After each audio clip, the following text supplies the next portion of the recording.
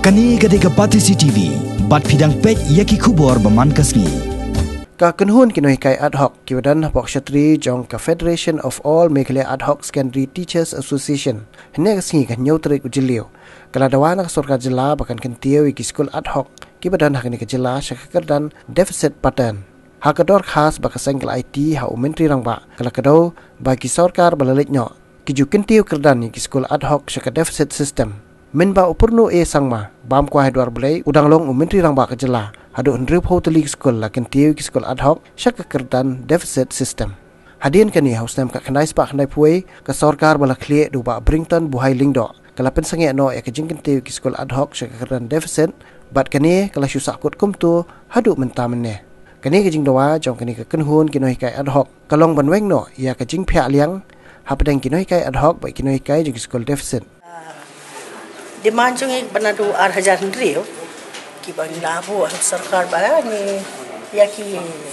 ad hoc secondary teachers ki deban upgrade no sa deficit pattern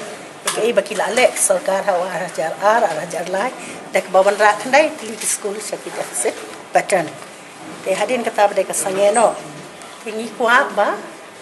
ya kani bakin continue bakin ra ni don south pa lai pom south tili school but hajar khandai spa ni kupra kilo hikai ki bala ko thop lak gaya ki science teacher but ki Hindi teacher at the secondary level ba in I no naka basic plus DA bagi niyo ya ka hok mungkin hikai joga ri Meghalaya be bagi don the job security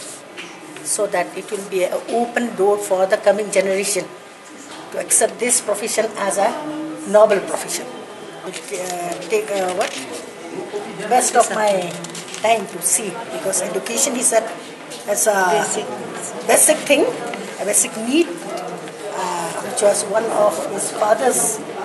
what is called initiative dream. And he said, after I have become chief minister also, I am dealing only with the education, and so I take care of this matter.